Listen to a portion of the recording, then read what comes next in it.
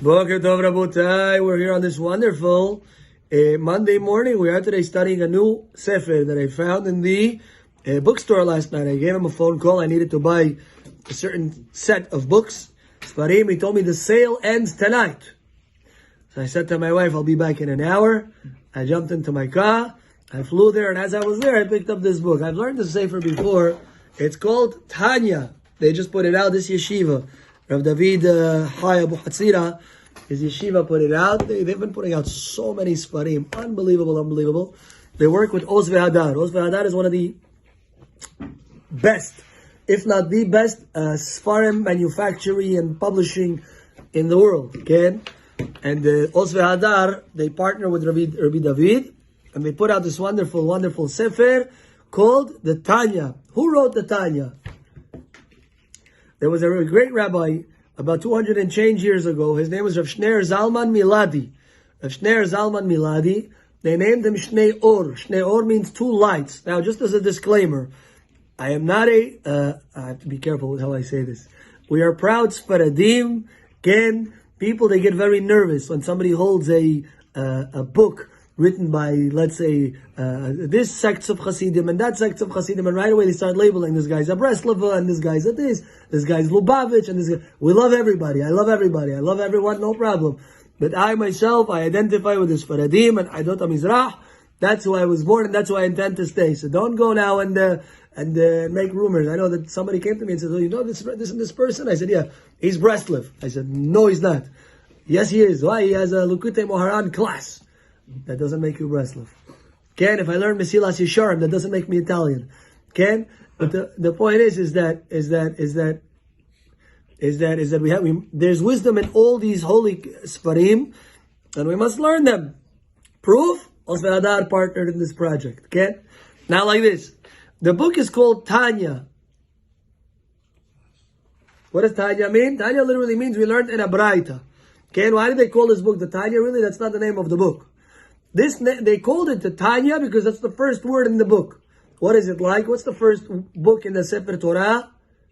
The book of Bereshit. Why is it called that? Because that's the first word in the how do you say, no? In the Torah. Right? That's why it's called Bereshit. Shemot, Ve'ele Shemot. Vayikra El Moshe. Okay? So it's the same thing. This book was called Tanya, but really it's called Sefer HaBenonim.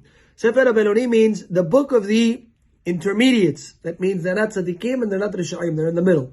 Now let's learn this holy book together and try to get some perspective. Says the Rabbi, Tanya. By the way, Rav Shneir Zalman Miladi was the first Lubavitch rabbi, the first Chabad rabbi. Okay? Chabad stands for Chochmah Bina V'Da'at. He was the student of the Maggid Mimezrich, who was the student of the Baal Shem Tov. The Baal Shem Tov was the founder of the Hasidic movement, Rabbi Israel Baal Shem Tov. And he had a student, the Maggid, and the Maggid had many Talmidim, and each one became a branch of their own. Okay? The Noam Elimelech was a student of the Maggid. Rav Zusha Manipoli was a student. Many of these Gdolei Tzadikim were students of the Maggid Mimezrich. Okay? So the Rav Shneir Zalman Miladi was the student of the Maggid, and he put together the Tanya. Tov writes the book as follows. We learned in a bright and Masechet Nida. Mashbi'im oto. Before a person is born, comes into the world, they make him vow. They vow him. They make him make a swear. Tehi tzaddik. Ve'al tehi rasha. Swear you're going to be a tzaddik and that you're not going to be a rasha. And in order for you to be successful in this vow, you must remember something. Ve'afilu kol ha'olam kulo omrim lecha tzaddik ata. Even if the whole world gets up and says, Rafi, you are tzaddik. I'm telling you, you're a tzaddik. They tell you you're a tzaddik. You should be in your own eyes like a rasha. Now, before we get into explaining this, I just want to bring a disclaimer, okay? Or a statement, a comment. You know, one of the worst criticisms you could give about a person is that he's not a man of his word. Okay? If you ask me, what do you think about Rafi? If I tell you Rafi's a man of his word, wow, it says a lot about him. You give him credit, you do business with him very good. But if I tell you he's not a man of his word, then what happens? Done. That's the worst. That's the worst diss you could give to somebody. Hashem made you swear. Swear you're going to be a tzaddik. You gave your word, I'm going to be a tzaddik. You made a vow. I'm going to be a tzaddik, and you said, I'm not going to be a rasha. Now you have to make sure you fulfill that promise. But, continues the bright over there, even if the whole world tells you, you're a Rasha, you're a Tzaddik, being in your eyes is a Rasha. Now the Rabbi has a big problem with this. Why? Tzarich lehavin, he says, we must understand that, and we learned in the Mishnah, Ve'al tehi rasha b'fnei atzmecha. You're not allowed to be evil in your own eyes. Imagine I speak to Nathan Abayev and I tell him, Nathan, how are you? I'm the worst. I'm a Rasha. I'm not good. Rabbi, if you only knew how many sins I have. Oh, I'm the worst. I'm bad. I'm the worst. Okay? You're not allowed to do that. Shelavek nimor tu siam glazach bitz ladzeim. Yani magu kavarit ya Rasha. Et grech. Yani magu. Okay? But Shimu. Gam im yeh ba'inav ke Rasha. Even if you're going to say, you know what, I am a Rasha in my own eyes. You know what the problem with that is? Your heart, you're going to be sad. And sadness is a recipe for destruction. Sadness is a recipe for sin. Sadness is a recipe for making mistakes. Grusnas, et segulash tobzel grichi. You're not allowed to say I'm a Rasha. Now if you say I'm a Rasha and you get sad, you're not allowed to. Why? Because being sad is a sin. It's not going to help you. Remorse you're allowed to have. What do you mean remorse? Deep state of remorse. Like, I wish I was better. I want to be better. I regret my Avirah. Beautiful. But to fall into depression, I'm the worst. There's no hope for me. I'm etc. Hashem gave up on me. Depression, Avirah. Cannot do it. Why? Because Yetzer Hara sometimes knows that worse than the Avirah itself is the Yu'ush and the depression you're going to have afterwards. And he knows as soon as you have depression, you're done.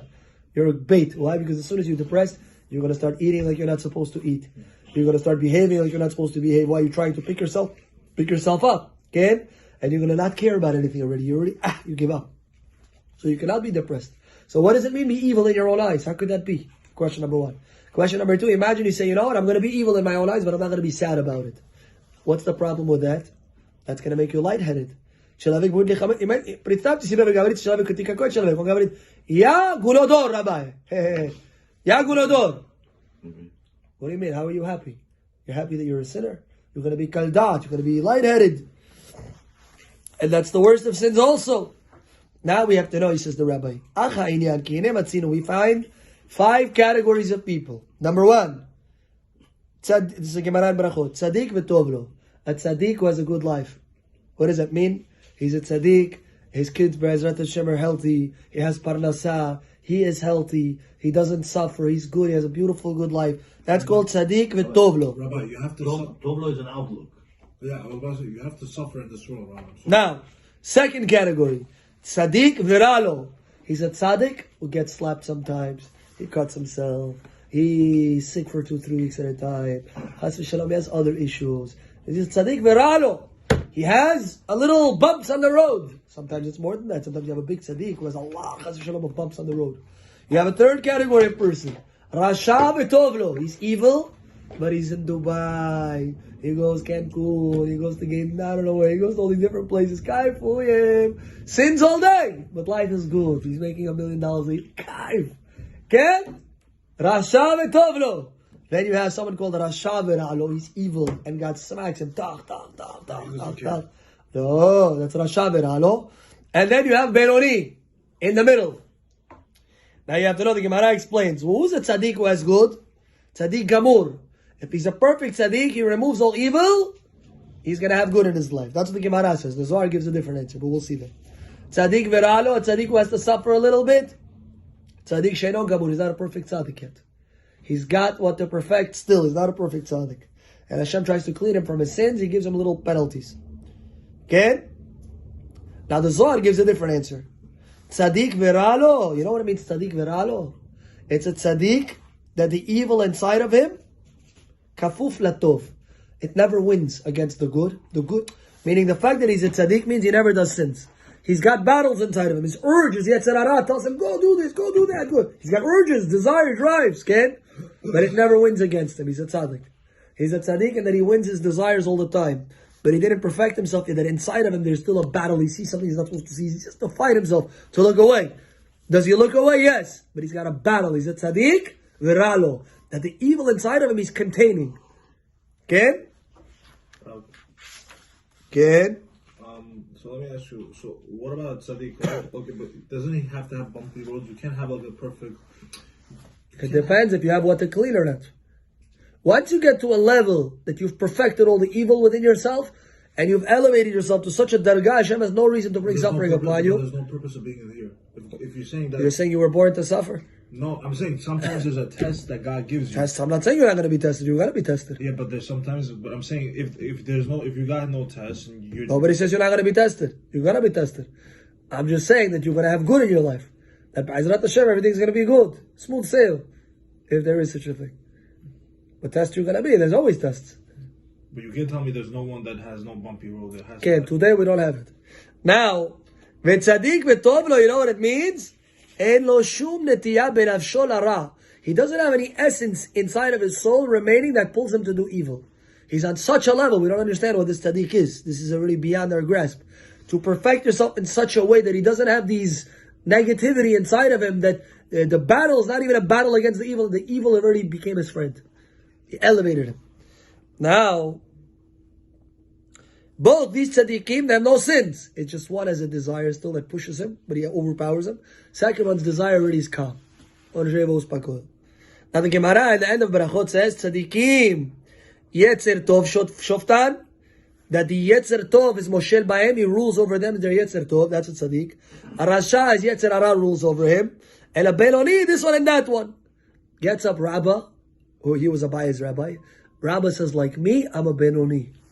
When Abaye heard that, he says, Rabbi, lo hina, how does he say it? Lo shavek mar hayel chol birya. Master didn't give life to anybody in the world. Why? Because if you want such a high level as a benoni in the middle, everyone else is by default a rasha. You didn't leave life for anybody. Don't say you're a benoni. Say you're a tzaddik, that way everybody else is benoni. Okay? Ulhavin kol zeh ba'er etev. In order to understand this very well, and also to understand what Eov said, Hashem, you created tzaddikim, you created rishaim, but there's a problem with that. Why? Because God determined how much hair you're going to have on your head. God determined how much parnasah you're going to have, everything, the girl you're going to marry, everything was determined for you already. The properties you're going to acquire, everything was determined. One thing wasn't determined. Are you going to be a tzaddik or you're not going to be a tzaddik? So how could Eov say you created tzaddik or not tzaddik? The one thing that's in your choice is to be a tzaddik or not a tzaddik. That's free will. That's also... That's my point. But you can also have a path. What does that mean? Okay, meaning you can also have the path of who you're going to marry also. Or like... What does that mean? What does that mean? I'm telling you that HaKadosh Baruch Hu determined for you who's going to be your bride. Do you have a choice? Yes. But he already determined that route that you must take. Don't you pick it? Who? Don't you pick it? You have a choice. I'm not saying no. But... HaKadosh Baruch Hu determined already for you everything. How much hair you're going to have, how thick your eyebrows are going to be, how handsome you're going to be. Everything is determined. Can you shave them off? You can shave them off. You have choice, no problem. You should try. I'm kidding.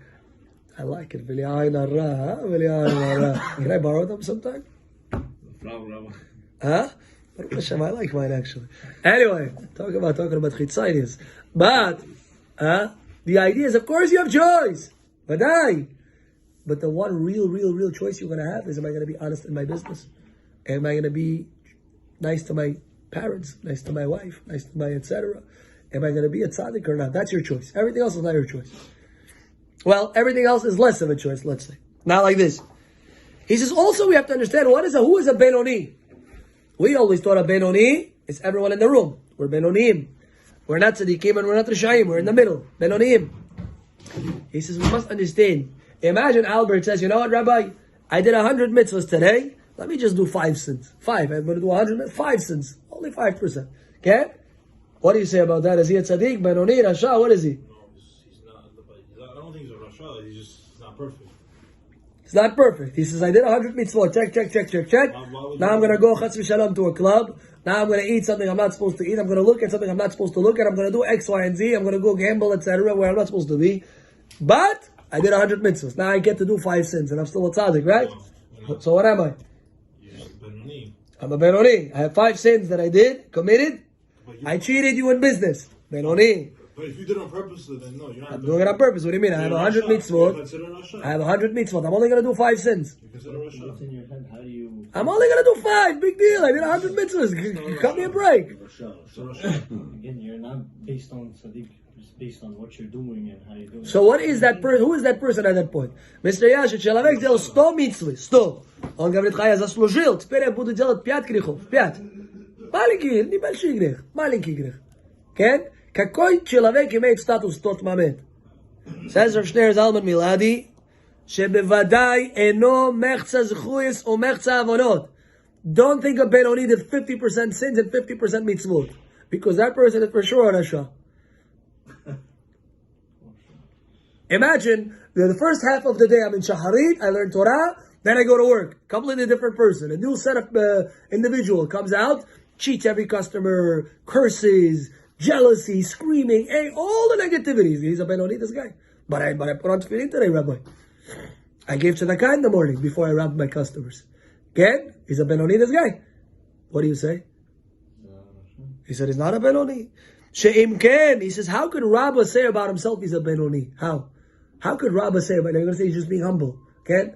But what? If the person does half sins, he's a Benoni. Rabbi would have, he does half sins. Imagine I tell you, I'm a Benoni. Okay? The rabbi here is a Benoni. What does that mean? The first 12 hours of the day he behaves. The next 12 hours of the day he's different person. Okay? You're not going to recognize him. He goes, he takes the shlappa off. I don't know what, he gets a new hairstyle and he gets a new dress code and he's behaving in a way that's questionable. Benoni, this guy. It's not a Benoni, it's a Rasha, Haz v'shalom. אבל עדיין צריך להיות בסיס על פי ההיגיון לטעותו של רבא שאמר על עצמו שהוא בינוני. He says Rabbi never stopped learning Torah. Rabbi was always learning Torah. How could he say he's a בינוני? עד שאפילו מלאך המוות לא היה יכול לשלוט בו. When the angel of death wanted to kill Rabbi, he couldn't take him. Why? Because Rabbi was always learning Torah. He was learning Torah so much, the angel is waiting for him. He says, how are you? He says, can I help you? He says, yeah, I'm here to take your neshama. He says, not now, I'm learning Torah now. Come later. What do you mean? I have a mission. Come later. And he's waiting for him. Lo pasik pumeh me'girsa. He's always reading, always learning Torah. Couldn't take him. ממעשה זה אנו לומדים את גודל מעלתו של רבי. Look how great Rabbi was. ואיך היה יכול לטעות במחצה עוונות חס ושלום? How could you say that Rabbi didn't have sins? ועוד, שהרי בשעה שעושה עוונות נקרא רשע גמור. He says more than that. At the moment you do one sin, one avera, one. I walked into a restaurant that's not 100%. I went to a wedding that has dancers. One avera I did, one, not two, one. One avera, that moment he says a rasha. One. I went into McDonald's and I got a burger. One avera is a rasha. How could you go against God? What are you doing? God is watching you going against him. He's watching you. How could you do avera? Nikra rasha gamur. Only when you do teshuvah, you go back to your old status. Before the teshuvah, he's rasha 100%. One sin, one. Not a Benoni anymore. He lost the status. Well, he went from tzaddik to the highest level. Imagine you see Chief Rabbi, the highest level, he does one avera. Where did he went to a nightclub? Has v'shalom. Excuse me for the graphic example. One avera, one. He went to a nightclub to save the people in there. To save, to make the pants shake. Ay, ay, ay, ay, ay, ay, ay. Now I cannot judge. Okay? I had a different upbringing and I had a different set of challenges. Okay? Baruch Hashem, this was not one of them. But everyone has a different set of challenges. Ariel, I'm proud of you, by the way. You stay kosher. You don't understand the future you have in front of you. You don't understand the future you have in front of you, Ariel. You don't understand. You're going to see one day. You're going to say, now I know what he was talking about. He said, you have to know. When you do teshuvah, you become a tzaddik gamur. ואפילו העובר על איסור קל של דברי סופר, even if I do one איסור דרבנן, I ate bread without washing נטילת ידיים. One. That's not the order, that's the Rabbanan. Rabbinic mitzvah. One I didn't do. He's considered Rasha, like the Gemara says in Yevamot. And in Masechet Nida. ואפילו מי שיש בידו למחות. Oh, don't say this. Even a person who has opportunity to rebuke someone and he stays quiet. I know if I say something to Rafi, he'll listen to me. I know. If he's not going to listen, I could keep quiet, no problem. That's already not my business. But if I know I'll say something, he's going to listen. It's going to penetrate the words. I have an obligation to say something. I cannot stay quiet. Obligation. I cannot stay quiet. And it's not only the rabbi, by the way. You have a good friend of yours. And you know he's going to listen to you. You must say something to him. In a nice way. In a positive way. You pick him up. You build his ego. You boost him a little bit. And then you tell him what you have to tell him. You must say something. Even if Yamaguz Delal Tamid Shanya and he's Delal. Nikra Hasu Shalom. I don't even want to say it. It's scary stuff. The Gemara in Shavuot says he's a Russia. What? Rafi, what did I sign up for? Yeah, you gotta be perfect.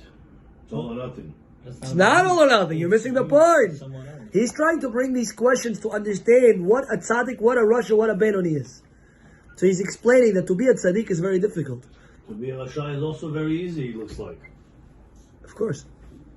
That's why heaven is exclusive. For people like you, Rafi. You're going to get in. Don't worry. I'm not, I have a brit, I'm okay. Heaven, I said. Heaven. Yeah. Good. Now, כל שכן וקל וחומר מבטל איזו מצוות עשה ששלנו לקיימה, כמו כל... Oh, he says all the more so. Alright, we're going to finish this כל שכן another time. So far, we're in the question. Who is a tzaddik? Who is a Rasha? Why one tzaddik has a good life, one tzaddik has a difficult life? Why one? And Moshe Rabbeinu had this question, by the way. Moshe Rabbeinu said, Hashem, why is it that good people suffer? And Be'ezrat Hashem, we're going to get it more into this topic. Maybe tomorrow, maybe Wednesday. But stay tuned. Baruch Adonai Le'olam. Amen.